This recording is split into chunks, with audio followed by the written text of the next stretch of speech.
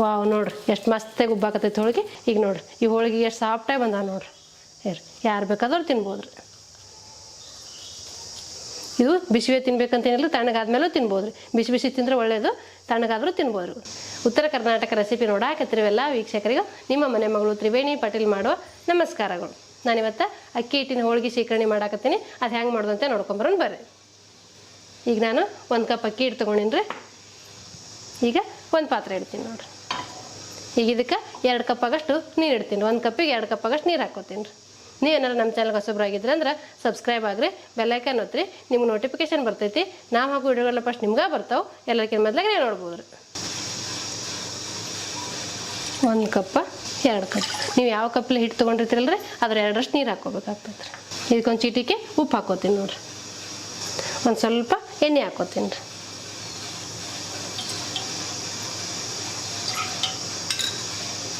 ಇದು ನೀರು ಬಿಸಿ ಆಗಲ್ಲ. ನೀರು ಬಿಸಿ ಆದ ನಂತರ ನಾವು ಅಕ್ಕಿ ಹಿಟ್ಟು ಹಾಕಿ ಕಲಿಸ್ಕೊಳ್ಳೋಣ ರೀ. ಈಗ ನೋಡಿರಿ ನೀರು ಕಾಯ್ದಿದೆ, ಈಗ ಉಪ್ಪನ್ನು ಕರಗಿದೆ. ಈಗ ನಾನು ಅಕ್ಕಿ ಹಿಟ್ಟು ತೊಗೊಂಡಿನಲ್ರಿ ಅದು ಹಾಕೋತೀನಿ ನೋಡ್ರಿ. ಈ ರೀತಿ ನೀವು ಚಲೋ ಹೊತ್ತಿಗೆ ಮಿಕ್ಸ್ ಮಾಡ್ಕೋಬೇಕು ರೀ. 1 ಕಪ್ಪಿಗೆ 2 ಕಪ್ ನೀರು ಹಾಕೊಂಡ್ರೆ ಕರೆಕ್ಟ್ ಹದದಲ್ಲಿ ಬರ್ತೈತೆ ರೀ. ಇದು ಮೀಡಿಯಮ್ ಫ್ಲೇಮಲ್ಲಿ ಇಟ್ಕೊಂಡು 1-2 ನಿಮಿಷ ಬೇಯಿಸ್ಕೋಬೇಕಾಗ್ತದೆ ರೀ. ನೀವೇನಾರು ಬಿಗ್ನರ್ಸ್ ಆಗಿದ್ರೆ ಫಸ್ಟ್ ಟೈಮ್ ಮಾಡಾಕತ್ತಿದ್ರೆ ನಿಮಗೆ ಇದು ಹಿಟ್ಟು ಬಿಸಿನೀರಾಗ ಕಲಸಿದ್ರೆ ಗಂಟಾಗತ್ತಪ್ಪ ಹೆಂಗೆ ಮಾಡೋದು ಅನ್ನೋದಾದ್ರೆ ನೀವು ಮೊದಲ ತಣ್ಣೀರಿಗೆ 2 ಕಪ್ ನೀರು ಹಾಕ್ಕೊಂಡು 1 ಕಪ್ ಅಕ್ಕಿ ಹಿಟ್ಟು ಹಾಕ್ಕೊಂಡು ತಣ್ಣೀರಲ್ಲೇ ಮಿಕ್ಸ್ ಮಾಡ್ಕೊರಿ. ನೀಟಾಗಿ ಮಿಕ್ಸ್ ಮಾಡ್ಕೊಂಡು ಗಂಟು ಇಲ್ದಂಗೆ ಮಿಕ್ಸ್ ಮಾಡ್ಕೊಂಡು ನೀವು ಸ್ಟವ್ ಮೇಲೆ ಇಟ್ಟು ಬೇಯಿಸ್ಕೋಬೋದು ರೀ. ಈ ರೀತಿ ಆಗೈತೆ ನೋಡ್ರಿ. 2 ನಿಮಿಷ ಬೇಯಿಸ್ಕೊಂಡಿನಿ. ಈ ಹದ ಬಂದೈತೆ ನೋಡ್ರಿ. ಇದು ಪೂರ್ತಿ ತಣ್ಣಗಾಗ್ಬೇಕು ರೀ. ತಣ್ಣಗಾದ್ರೆ ನಮ್ಮ ಕೈಲೇ ಮುಟ್ಟಾಕ್ ಬರ್ತಿಲ್ಲ. ಬಿಸಿ ಇದ್ದಾಗ ಕೈಲೇ ಮುಟ್ಟಾಕ್ ಹೋದ್ರೆ ಕೈ ಸುಡೋ ಸಾಧ್ಯತೆ ಇರ್ತೈತಿ. ಹಾಗಾಗಿ ಇದು ಪೂರ್ತಿ ತಣ್ಣಗಾದ ನಂತರ ನಿಮಗೆ ತೋರಿಸ್ತೀನಿ ರೀ. ನೋಡಿರಿ ಎಷ್ಟು ಮಸ್ತಾಗಿ ಬಂದೈತೆ ನೋಡಿರಿ. ಈಗ ನಾನು ಸ್ಟವ್ ಆಫ್ ಮಾಡಿ ತಣ್ಣಗಾಕಿ ಬಿಡ್ತೀನಿ ರೀ. ಚಲೋ ಹೊತ್ತಿನ ಮಿಕ್ಸ್ ಮಾಡಿ 2 ನಿಮಿಷ ಬೇಯಿಸ್ಕೊಂಡ್ರೆ ಸಾಕು ರೀ. ಈಗ ನಾನು ಅಕ್ಕಿ ಹಿಟ್ಟು ಬೇಯಿಸಿ ಹೂರಣ ರೆಡಿ ಮಾಡಿ ಇಟ್ಕೊಂಡೀನಿ ರೀ. ಈಗ ಹೋಳಿಗೆ ಮಾಡೋಕೆ ಹಿಟ್ಟನ್ನ ಹಾಕ್ಕೋಬೇಕಲ್ರಿ. ಹಾಗಾಗಿ ನಾನೀಗ ಮೈದಾ ಹಿಟ್ಟು ತೊಗೋತೀನಿ ನೋಡಿರಿ. 1 ಕಪ್ ಮೈದಾ ಹಿಟ್ಟು ತೊಗೊಂಡಿನಿ, ಅದು ಹಾಕ್ಕೋತೀನಿ ರೀ. ನೀವು ಅನ್ಬೋದು ಎಲ್ಲ ಗೋಧಿ ಹಿಟ್ಟಲ್ಲಿ ಮಾಡೋರು ಇವತ್ತು ಯಾಕೆ ಮೈದಾ ಹಿಟ್ಟಲ್ಲಿ ಮಾಡಾಕತ್ತಾರಲ್ಲ ಅಂತೇಳಿ.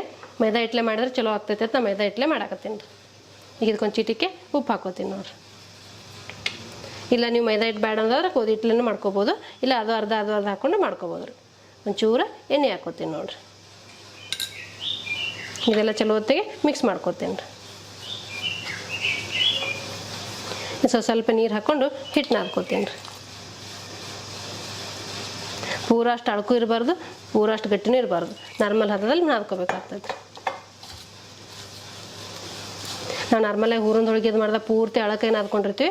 ಈಗ ಇದು ಹೂರಣ ಗಟ್ಟಿ ಇರ್ತೈತಲ್ಲ, ಹಾಗಾಗಿ ಸ್ವಲ್ಪ ಗಟ್ಟಿಗೆ ಇರಬೇಕು ರೀ. ಇದು ಕೆಲವೊಂದು ಅಡುಗೆಗಳಿಗೆ ಮೈದಾ ಹಿಟ್ಟು ಬೇಕಾಗುತ್ತೆ ರೀ. ಮೈದಾ ಹಿಟ್ಟಲೆ ಮಾಡಿದ್ರೆ ಚಲೋ ಆಗ್ತೈತೆ. ನಾನು ಮೈದಾ ಹಿಟ್ಟಲೆ ಮಾಡಾಕತ್ತೀನಿ. ನೀವು ಅಲೋಕ ತಿನ್ನೋದೇ ಇಲ್ಲ ಅನ್ನೋದಾದ್ರೆ ನೀವು ಗೋಧಿ ಹಿಟ್ಟಲೆ ಮಾಡ್ಕೋಬೋದು ರೀ. ನಾವು ಮೈದಾ ಹಿಟ್ಟಿನ ದಿನ ಏನು ಅಡುಗೆ ಮಾಡಂಗಿಲ್ಲ ರೀ. ಯಾವತ್ತೋ ಒಂದು ದಿವಸ ಮಾಡಿದ್ರೆ ನಡಿತೈತೈತಿ ಮಾಡಾಕತ್ತೀನಿ ರೀ. ಇದು ಅಕೇಜ್ನಲ್ ರೀ. ಅಕೇಜ್ನಲ್ ಮಾಡ್ಕೊಂಡು ತಿನ್ಬೋದು ರೀ. ಈಗ ನೋಡಿರಿ ನಿಮ್ಗೆ ವಿಡಿಯೋದಾಗ ಕಾಣಕತ್ತಿರಬೇಕು. ತೀರಷ್ಟು ಮೆತ್ತಗೂ ಇಲ್ಲ, ತೀರಷ್ಟು ಗಟ್ಟಿನೂ ಇಲ್ಲ. ಈ ಹದದಲ್ಲಿ ನಾದ್ಕೊಂಡೇನಿ ನೋಡಿರಿ. ಈಗ ನಾನು ಇಲ್ಲಿ ಹೂರಣ ರೆಡಿ ಮಾಡ್ಕೊಂಡು ಹೂರಣ ತಣ್ಣಗಾಕ್ಬಿಟ್ಟಿನಿ. ಇಲ್ಲಿ ಹಿಟ್ಟು ನಾದ್ಕೊಂಡು ಹಿಟ್ಟು ನೆನೆ ಹಾಕ್ಬಿಟ್ಟಿನಿ. ಇದೊಂದು ಅರ್ಧ ಗಂಟೆ ನೆನಿಲ್ಲ. ಹಿಟ್ಟು ಎಷ್ಟು ನೆನಿತೈತಲ್ಲ ಅಷ್ಟು ಚಲೋ ಹೋಳಿಗೆ ಬರ್ತಾವ್ರಿ. ಇದು ನೆನಿಲ್ಲ ರೀ. ನೆನೆದ ನಂತರ ಹೋಳಿಗೆ ಮಾಡಿ ತೋರಿಸ್ತೀನಿ ರೀ. ನಾ ಹೇಳಿದ್ನಲ್ರಿ ಅಕ್ಕಿ ಹಿಟ್ಟಿನ ಹೋಳಿಗೆ ಶೇಖರಣೆ ಮಾಡ್ತೀನಿ ಅಂತೇಳಿ. ಅಲ್ಲಿ ಹಿಟ್ಟು ನೆನೆ ಹಾಕ್ಬಿಟ್ಟಿನಿ. ಹಿಟ್ಟು ನೆನಿತೈತಿ. ಈಗ ಅಷ್ಟೊತ್ತಿಗೆ ನಾವು ಶೀಕರಣೆ ರೆಡಿ ಮಾಡ್ಕೊಳ್ಳೋಣ. ಶೀಕರಣೆ ರೆಡಿ ಮಾಡಿ ಇಟ್ವಿ ಅಂದ್ರೆ ಬಿಸಿ ಬಿಸಿ ಹೋಳಿಗೆ ಮಾಡಿ ಹಾಕೊಂಡು ಊಟ ಮಾಡ್ಬೋದು ರೀ. ಈಗ ನಾನು ಈ ರೀತಿ ಮಾವಿನ ಹಣ್ಣು ತೊಗೊಂಡಿನಿ. ಇದನ್ನು ಸ್ವಲ್ಪ ಹಿಂಗೆ ಪ್ರೆಸ್ ಮಾಡ್ಕೊತೀನಿ ರೀ. ಹಣ್ಣೆಲ್ಲ ಬಿಡಲಿ ಅಂತ ಅಷ್ಟೇ ರೀ. ಇದು ಮುಂದಿನ ತೊಟ್ಟು ತೆಗಿತೀನಿ ನೋಡಿರಿ. ಇದೇ ರೀತಿ ಮಿಕ್ಕಿದೆಲ್ಲ ಮಾಡ್ಕೊತೀನಿ ರೀ. ಈಗ ನಾನು ಮಾವಿನಕಾಯಿ ಮೆತ್ತಗೆ ಮಾಡ್ಕೊಂಬಂದಿನಲ್ರಿ. ಈಗ ಇದು ಹಿಂಡ್ಕೊತೀನಿ ನೋಡಿರಿ.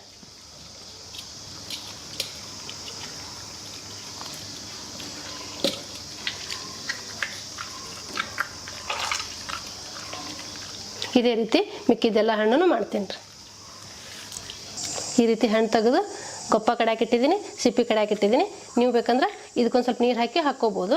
ನಾನು ನೀರೇನು ಹಾಕಿಲ್ಲ ರೀ, ಹಾಗೆ ಮಾಡಾಕತ್ತೀನಿ ನೋಡಿರಿ. ಈಗ ಸಿಪ್ಪಾಗಿಂದೆಲ್ಲ ಹಣ್ಣು ತಕ್ಕೊಂಡಿನ್ರಿ. ಈಗ ಗೊಟ್ಟದಾಗಿನ ಹಣ್ಣು ತಕ್ಕೋತೀನಿ ನೋಡಿರಿ. ಚಲೋ ಹಣ್ಣು ತೊಗೊಂಡ್ರೆ ಮಸ್ತಾಗಿ ಶೇಖರಣೆ ಬರ್ತೈತೆ ರೀ. ಈಗ ಮಾವಿನ ಹಣ್ಣಿನ ಸೀಸನ್ ಶುರು ಆಗೈತೆ ರೀ. ನೀವು ದಿನ ಶೇಖರಣೆ ಮಾಡ್ಕೊಂಡು ಊಟ ಮಾಡ್ಬೋದು. ಯಾಕೆ ಸೀಸನ್ ಇದ್ದಾಗ ಮಾತ್ರ ಮಾಡ್ಕೊಳಕ್ಕೆ ಸಾಧ್ಯ ಆಗುತ್ತೆ. ಸೀಸನ್ ಮುಗೀತಂದ್ರೆ ಶೇಖರಣೆ ಊಟ ಮಾಡೋಕ್ಕಾಗಲ್ಲ ರೀ. ಹಾಗಾಗಿ ನಾನೀಗ ಸೀಸನ್ ಐತೆ ಅಂತೇಳಿ ಮಾವಿನಕಾಯಿ ಶೇಖರಣೆ ಮಾಡಾಕತ್ತೀನಿ ನೋಡಿರಿ.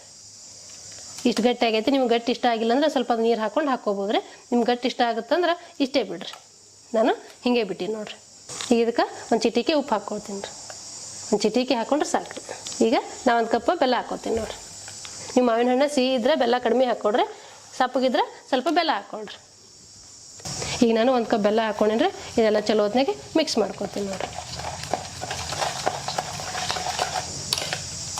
ಮಾವಿನ ಹಣ್ಣು ಸಿಹಿ ಇದ್ರೆ ಬೆಲ್ಲ ಹಾಕೋ ಅವಶ್ಯಕತೆ ಇಲ್ಲರಿ, ಸ್ವಲ್ಪ ಹಾಕ್ಕೊಂಡ್ರೆ ಸಾಕಾಗುತ್ತೆ. ನೀವು ಬೆಲ್ಲ ಆದ್ರೂ ಹಾಕೋಬೋದು, ಸಕ್ಕರೆ ಆದ್ರೂ ಹಾಕೋಬೋದು. ಬೆಲ್ಲ ಹಾಕ್ಕೊಂಡ್ರೆ ಚಲೋ ಆಗುತ್ತೆ ಅಂತ ನಾ ಬೆಲ್ಲ ಹಾಕ್ಕೊಂಡಿನಿ ನೋಡಿರಿ. ಈ ಹದ ಆಗೈತೆ ನೋಡಿರಿ. ಈ ಚಪಾತಿಗೆ ಹೋಳಿಗೆಗೆ ಹಚ್ಕೊಳಕ್ಕೆ ಗಟ್ಟಿದ್ರೆ ಚಲೋ ಆಗುತ್ತೆ ಅಂತೇಳಿ ನಾ ಹಿಂಗೆ ಮಾಡ್ಕೊಂಡ್ರೆ, ನೀವು ಕುಡಿತೀನಿ ಅನ್ನೋದಾದ್ರೆ ಸ್ವಲ್ಪ ನೀರು ಹಾಕ್ಕೊಂಡು ಮಾಡ್ಕೊಬೋದು. ಈಗ ಶಿಕರಣಿ ರೆಡಿ ಆಗೈತ್ರಿ. ಈಗ ನಾನಲ್ಲಿ ಹೋಳಿಗೆ ಮಾಡ್ಕೊತೀನಿ ನೋಡಿರಿ. ನಾನು ಅಕ್ಕಿ ಹಿಟ್ಟು ಬೇಯಿಸಿ ತಣ್ಣಗಾಕ್ಬಿಟ್ಟಿದ್ರೆ ಪೂರ್ತಿ ತಣ್ಣಗಾಗೈತೆ ನೋಡಿರಿ. ಕೈಲೇ ಮುಟ್ಟಕ್ಕೆ ಬರೋಂಗೆ ಆಗೈತಿ, ಪೂರ್ತಿ ತಣ್ಣಗಾಗೈತಿ. ನಾನು ಮೈದಾ ಹಿಟ್ಟು ನಾದಿ ನೆನೆ ಹಾಕ್ಬಿಟ್ಟಿದ್ದೆ, ಹಿಟ್ಟು ನೆಂದೈತಿ. ಈಗ ಇದು ಚಲೋ ಹೊತ್ತಿಗೆ ಮಿಕ್ಸ್ ಮಾಡ್ಕೊಂಡು ಉಂಡೆ ಮಾಡ್ಕೊತೀನಿ. ನಿಮ್ಮ ಹೋಳಿಗೆ ಮಾಡೋಕ್ಕೆ ಯಾವ ಸೈಜಲ್ಲಿ ಉಳಿಬೇಕು ನೋಡ್ಕೊಂಡು ಆ ಸೈಜಲ್ಲಿ ಉಳ್ಳಿ ಮಾಡ್ಕೊರಿ ನೋಡಿರಿ. ಈ ರೀತಿ ಚಲೋ ಹೊತ್ತಿಗೆ ಮಿಕ್ಸ್ ಮಾಡ್ಕೋಬೇಕು. ಎಷ್ಟು ಸಾಫ್ಟಾಗಿ ಬಂದೈತೆ ನೋಡಿರಿ. ನೀವು ನೀರು ಕರೆಕ್ಟ್ ಹಾಕ್ಕೊಂಡ್ರೆ, ಹಿಟ್ಟು ಕರೆಕ್ಟ್ ಹಾಕ್ಕೊಂಡ್ರೆ ಇದು ಹೂರಣ ಕರೆಕ್ಟಾಗಿ ಬರ್ತೈತೆ ನೋಡಿರಿ. ನೀವು ಹೂರಣರೇ ಅನ್ಬೋದು, ಫಿಲ್ಲಿಂಗ್ ಆದರೂ ಅನ್ಬೋದು, ಒಳಗೆ ತುಂಬೋದು ಅಂತಾರೆ ಅನ್ಬೋದು, ಏನಾದರೂ ಕರಿಬೋದು. ಈಗ ನಾನು ಈ ಸೈಜಲ್ಲಿ ಉಳ್ಳಿ ಮಾಡ್ಕೊತೀನಿ ನೋಡಿರಿ.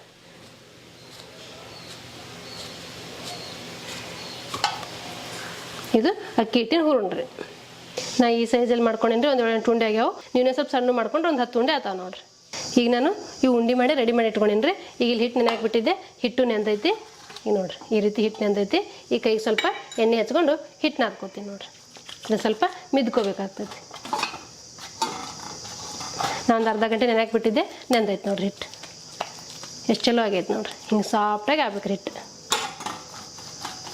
ಈಗ ಇದ್ರಾಗ ಒಂದು ಉಳ್ಳಿ ತೊಗೋತೀನಿ ನೋಡಿರಿ. ಈ ಸೈಜಲ್ಲಿ ಉಳ್ಳಿ ತೊಗೋತೀನಿ. ಈಗ ಅಲ್ಲಿ ಉಂಡೆ ಏನು ಮಾಡಿಟ್ಟಿನಲ್ರಿ, ಇದ್ರಾಗ ತುಂಬಿ ಲಟ್ಟಿಸ್ಕೊತೀನಿ ರೀ. ನಾನು ಈ ಸೈಜಲ್ಲಿ ಉಳ್ಳಿ ತೊಗೊಂಡಿನಿ. ಇದೊಂದು ಸ್ವಲ್ಪ ಲಟ್ಟಿಸ್ಕೊತೀನಿ ನೋಡಿರಿ.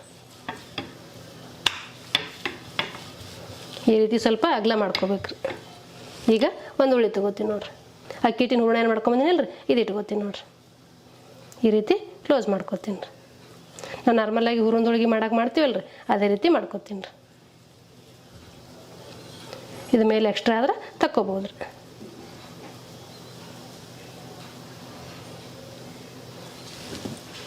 ನೀವು ಹಿಟ್ಟು ಹೆಚ್ಚಾದರೂ ಮಾಡ್ಬೋದು, ಎಣ್ಣೆ ಹೆಚ್ಚಾದರೂ ಮಾಡ್ಬೋದು. ನಾನೀಗ ಎಣ್ಣೆ ಹಚ್ಚಿ ಲಟ್ಟಿಸ್ತೀನಿ ನೋಡಿರಿ.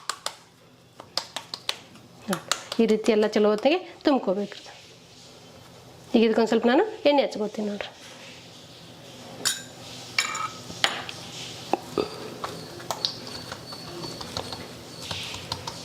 ನಿಮ್ಗೆ ಯಾವ ಸೈಜಲ್ಲಿ ಬೇಕು ನೋಡಿಕೊಂಡು ಆ ಸೈಜಲ್ಲಿ ಲಟ್ಟಿಸ್ಕೊಡ್ರಿ.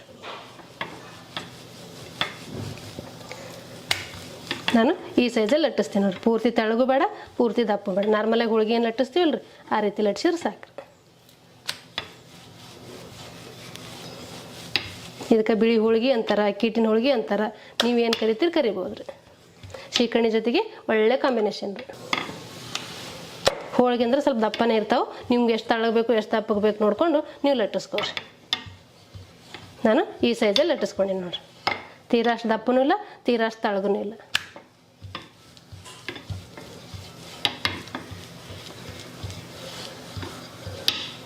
ನಾನು ಈ ಸೈಜಲ್ಲಿ ಲಟ್ಟಿಸ್ಕೊಂಡಿನಿ ಹೋಳಿಗೆ. ಇದೇ ರೀತಿ ಮಿಕ್ಕಿದ್ದೆಲ್ಲ ಲಟ್ಟಿಸ್ಕೊತೀನಿ. ಈಗ ಹಂಚು ಕಾಯ್ಬೇಕಲ್ರಿ, ಹಂಚು ಕಾಯಕ್ಕಿಡ್ತೀನಿ ನೋಡಿರಿ. ಇದು ಹಂಚ ಕಾಯಿಲ್ರಿ. ಹಂಚು ಕಾಯ್ದ ನಂತರ ಲಟ್ಸಿದ ಹೋಳಿಗೆ ಹಾಕಿ ಬೇಯಿಸ್ಕೊಳ್ಳೋಣ್ರಿ. ಈಗ ಹಂಚು ಕಾಯ್ದೈತ್ರಿ. ನಾ ಹಂಚಿಗೆ ಸ್ವಲ್ಪ ಎಣ್ಣೆ ಹಾಕ್ಕೋತೀನಿ ನೋಡಿರಿ. ನೀವು ಹಾಗೆ ಆದರೂ ಬೇಯಿಸ್ಕೋಬೋದು, ಸ್ವಲ್ಪ ಎಣ್ಣೆ ಹಾಕಿ ಆದರೂ ಬೇಯಿಸ್ಕೋಬೋದು. ಎಣ್ಣೆ ಹಾಕಿ ಬೇಯಿಸ್ಕೊಂಡ್ರೆ ಚಲೋ ಆಗ್ತೈತೆ. ನಾನು ಸ್ವಲ್ಪ ಎಣ್ಣೆ ಹಾಕ್ಕೊಂಡೇನೆ. ಈಗ ಇದು ಲಟ್ಸಿದ ಹೋಳಿಗೆ ಹಾಕ್ಕೋತೀನಿ ನೋಡಿರಿ. ನನ್ನ ಮೇಲೆ ಒಂದು ಸ್ವಲ್ಪ ಎಣ್ಣೆ ಹಾಕ್ಕೊಂಡ್ರೆ ನೀವು ಬೇಕಂದ್ರೆ ಹಾಕೋಬೋದು, ಬೇಡಂದ್ರೆ ಸ್ಕಿಪ್ ಮಾಡ್ಬೋದು. 2 ಸೈಡು ತಿರುಗಿಸಿ ಹಾಕಿ ಚಲೋ ಹೊತ್ತಿಗೆ ಬೇಯಿಸ್ಕೊಂಡ್ರೆ ಆಯ್ತು ರೀ. ನೋಡಿರಿ ಎಷ್ಟು ಮಸ್ತ್ ಹೊಟ್ಟೆ ಉಬ್ಬಾಕತ್ತೈತಿ. ತುಂಬ ಸಾಫ್ಟಾಗಿ ಬರ್ತಾವ್ರಿ ಹೋಳಿಗೆ. ತಿರುಗಿಸಿ ಹಾಕಿ 2 ಕಡೆ ಬೇಯಿಸ್ಕೊಂಡ್ರೆ ಮುಗೀತು ನೋಡಿರಿ. ನೋಡಿರಿ ಎಷ್ಟು ಮಸ್ತಾಗಿ ಉಬ್ಬೈತಿ. ನೀವು ನಿಮ್ಮ ಮನೆ ಮಾಡ್ಕೊಂಡ್ರೆ ನಿಮಗೂ ಗೊತ್ತಾಗ್ತೈತೆ ರೀ.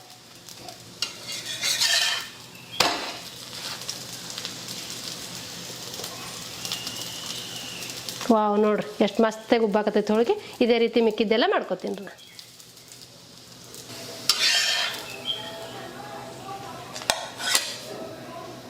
ಈಗ ನಾನು ಮಾಡ್ಕೊಂಡಿದ್ನೆಲ್ರಿ ಹೋಳಿಗೆ ಸರ್ವ್ ಮಾಡ್ತೀನಿ ನೋಡ್ರಿ. ನೀವು ಬಿಳಿ ಹೋಳಿಗೆ ಆದರೂ ಅನ್ಬೋದು, ಅಕ್ಕಿ ಹಿಟ್ಟಿನ ಹೋಳಿಗೆ ಆದರೂ ಅನ್ಬೋದು ರೀ. ನಾನೀಗ ಬಿಳಿ ಹೋಳಿಗೆ ಮಾವಿನ ಹಣ್ಣು ಶೀಕರಣೆ ಮಾಡ್ಕೊಂಡಿದ್ನಲ್ರಿ ಅದು ಸರ್ವ್ ಮಾಡ್ತೀನಿ ನೋಡಿರಿ.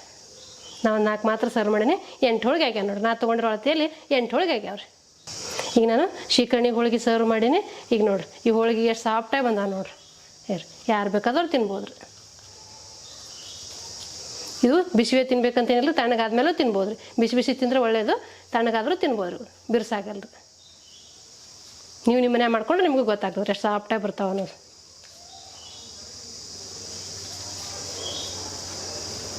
ಈ ಮಾವಿನ ಹಣ್ಣಿನ ಸೀಸನ್ ಮುಗಿಯೋಷ್ಟೊತ್ತಿಗೆ ಮಾವಿನ ಹಣ್ಣಿನ ಶೀಕರಣೆ ಬಿಳಿ ಹೋಳಿಗೆ ಮಾಡಿಕೊಂಡು ನಿಮ್ಮ ಅಭಿಪ್ರಾಯ ತಿಳಿಸ್ಬೋದು ರೀ. ನೋಡಿದ್ರಲ್ರಿ ವೀಕ್ಷಕರೇ, ಅಕ್ಕಿ ಹಿಟ್ಟಿನ ಬಿಳಿ ಹೋಳಿಗೆ ಮತ್ತು ಮಾವಿನ ಹಣ್ಣಿನ ಶೀಕರಣೆ ಮಾಡೋದನ್ನು. ಈ ಅಕ್ಕಿ ಹಿಟ್ಟಿನ ಬಿಳಿ ಹೋಳಿಗೆ ಮಾವಿನ ಹಣ್ಣಿನ ಶೀಕರಣೆ ಮಾಡೋ ಪದ್ಧತಿ ನಿಮ್ಗೆ ಇಷ್ಟ ಆಗಿತ್ತಂದ್ರೆ ಒಂದು ಲೈಕ್ ಮಾಡಿರಿ, ಶೇರ್ ಮಾಡಿರಿ, ಕಮೆಂಟ್ ಮಾಡಿರಿ, ಸಬ್ಸ್ಕ್ರೈಬ್ ಆಗಿರಿ. ಧನ್ಯವಾದಗಳು.